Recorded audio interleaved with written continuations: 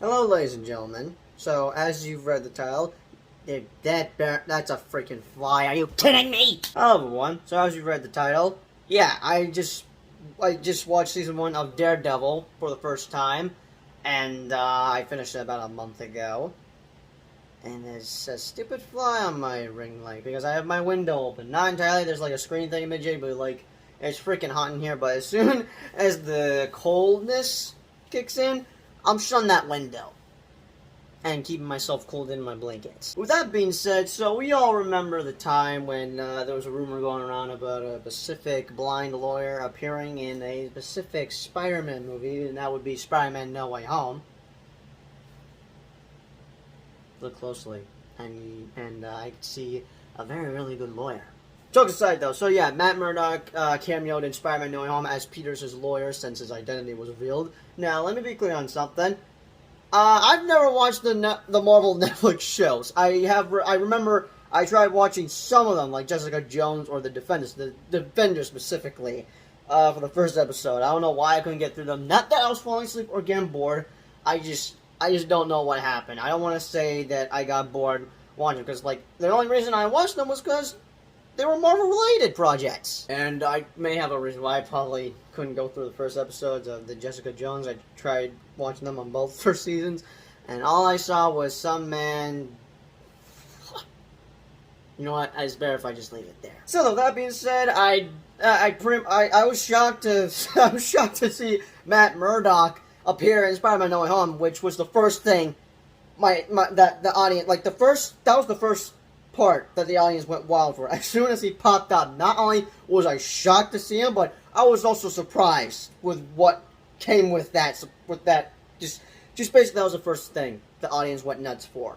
And the last thing that they clapped there was a stupid flash. Did I get it? Yeah, I got it. As I was saying, so yeah, the first bit that the audience went nuts for was Matt Murdock, which there's some Daredevil fans in my theater room. Still though, I was surprised to see him. I mean, just as I was hearing rumors about him, I'm like, okay, that's cool. I've heard about this guy. Okay, we shall see if this will come true or not. And I wasn't even too focused on that. All I cared about was just Tobey and Andrew appearing, but I was kind of glad to see that. Oh my god, this guy actually popped up, and oh my god, he gets the freaking brick, which was originally a snow globe. So, that being said, I had no knowledge about Daredevil, besides that he's blind and can kick ass. Even though he's blind. And from what I have heard, you know what's better if I just put up this clip. In my previous video about Jared Leto's Joker, I apologize. I'm going to struggle through this. Let's do this! Daredevil! Fucking awesome show! Holy shit! So yeah, everyone really loves Daredevil. They love these Marvel Netflix shows. Like, just, basically, they love them so much. They love them as much as they love Stranger Things or Game of Thrones, for example, which, speaking about Game of Thrones, I'm currently on episode 6, I think? I don't know. I am watching Game of Thrones, which I'll be sure to cover a review for the series.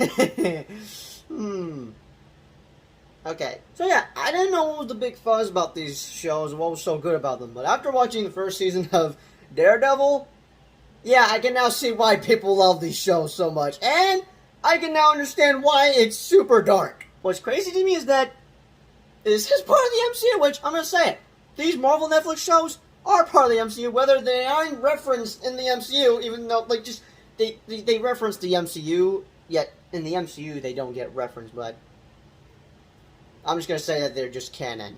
MCU canon. So, if you've not seen my quick review for Daredevil that I posted on my channel a while ago, you should know what I thought about Daredevil. And Ryan, if you're watching this, here's my thoughts about Marvel's Daredevil, especially Season 1.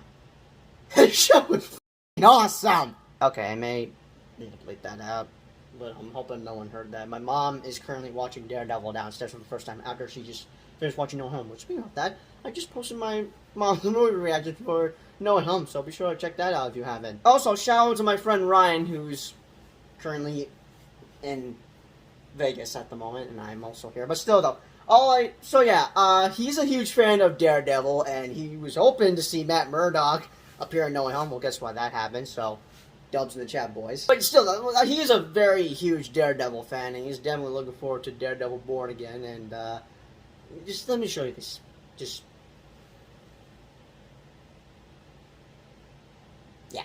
So yeah, me and Ryan became good friends at Mojave High School, and yeah, and I hope to be watching some of these MCU projects with you, buddy. Because bro, we gotta watch some of these projects, man. Because we turn adults in 2 years. Like we need to do like some like how can we do a watch party for a She-Hulk episode where it features Matt Murdock?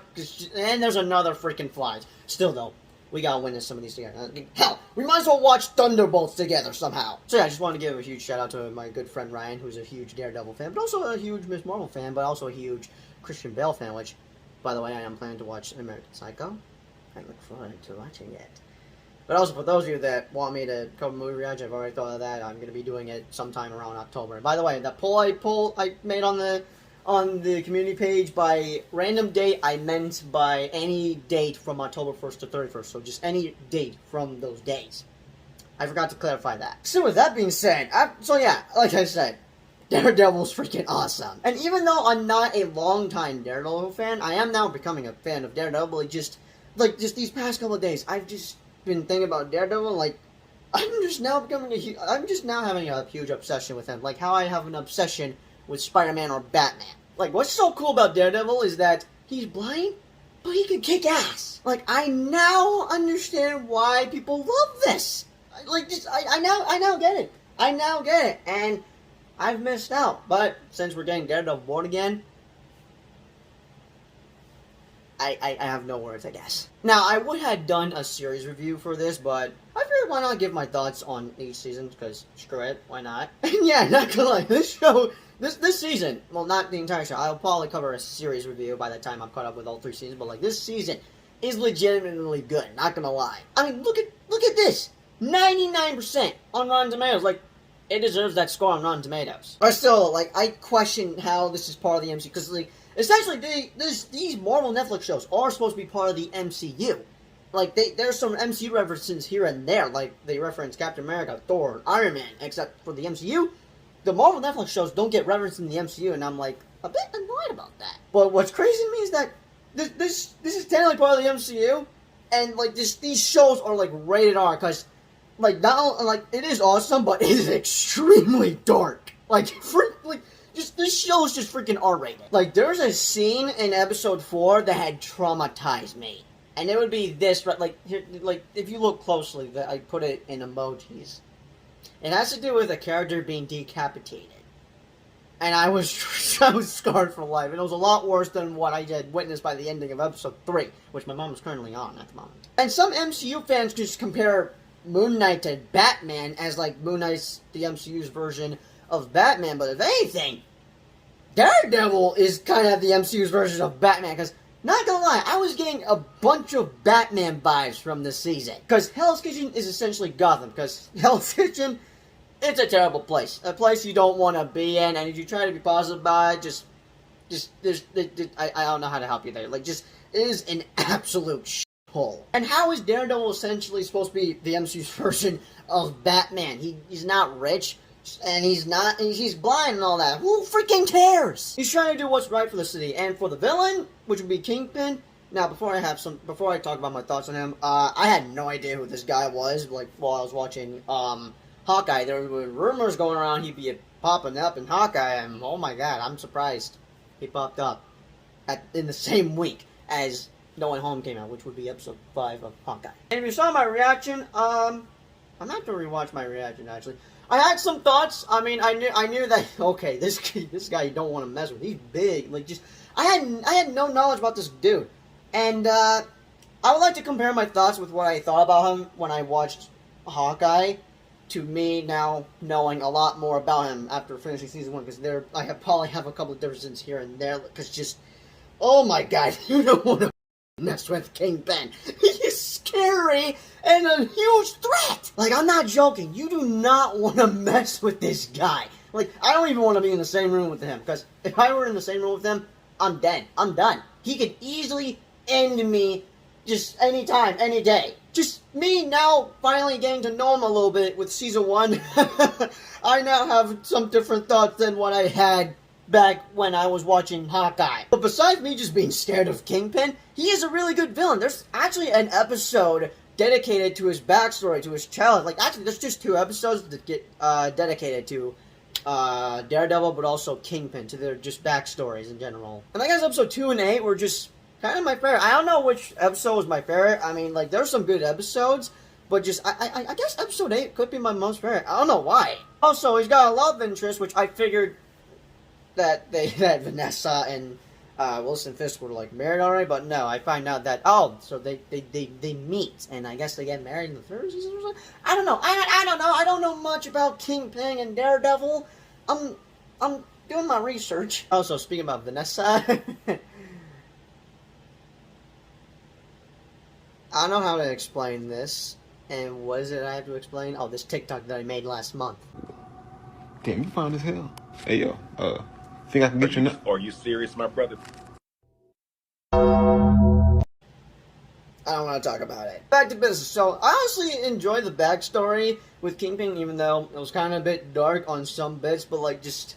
Still, I guess episode 8, I just enjoyed it a lot. And episode 8 could be my favorite. But if anything, the final episode could be my most favorite. Because, oh man, the final episode for season 1 was, like, the season 1 finale was just hype there. Also, it was very tragic just seeing how Matt Murdock had lost his eyesight in, like, the beginning. Like, in the beginning of the episode, we get to see how he, well, I'd say get his powers, but we get to see how he loses his eyesight. Because isn't Daredevil a blind lawyer? Well, he's a lawyer by day, vigilante by night. Still, like I said, it was just sad seeing how he lost his eyesight, but also it was sad just seeing how he lost his dad, which they wanted him to lose in a match, but he didn't want that, and yeah, he got killed. Now, I will admit, I was maybe a tiny bit annoyed that he didn't have his, like, full costume by the end of the episode, but I would like to take that back now, because I'm perfectly fine with him just having that, his,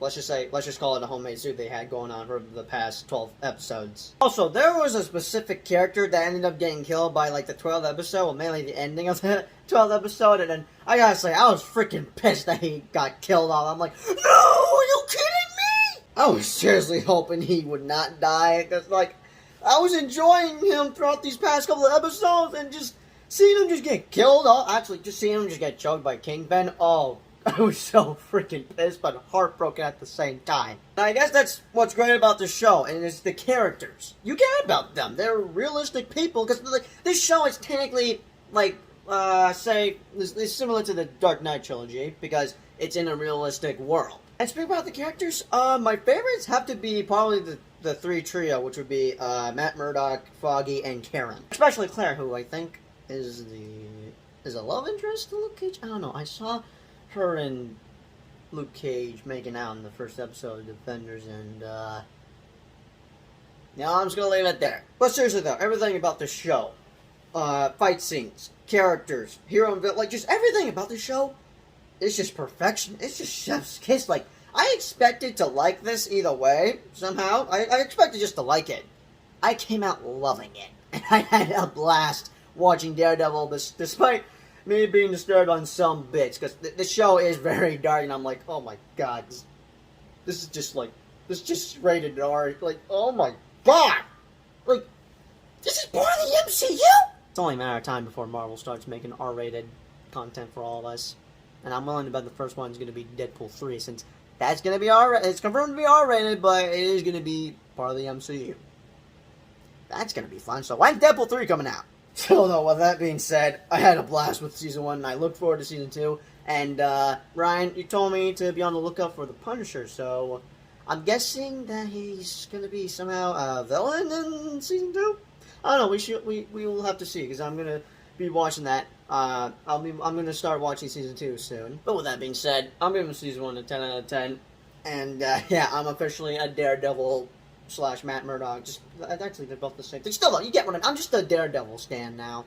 If I said that correctly. Did I say that correctly? I'm not too sure. But, Ryan, we gotta do a watch party for when Daredevil Born Again comes out. But, actually, you know what? This is my goal. By the time Thunderbolts is coming out soon, like, we'll already be 18 by the time July 2024 comes out. You and I, we gotta watch Thunderbolts together. I remember you being hyped about this, and not gonna lie, I am actually pretty hyped. Check out the Thunderbolts. So you and I, we gotta go see this together in theaters. So that is gonna be my goal that I shall accomplish in 2 years.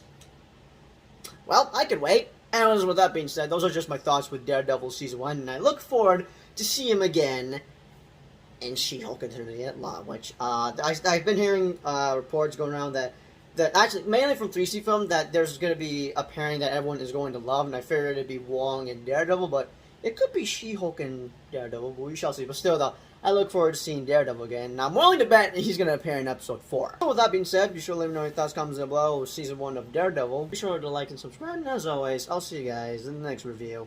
Peace out.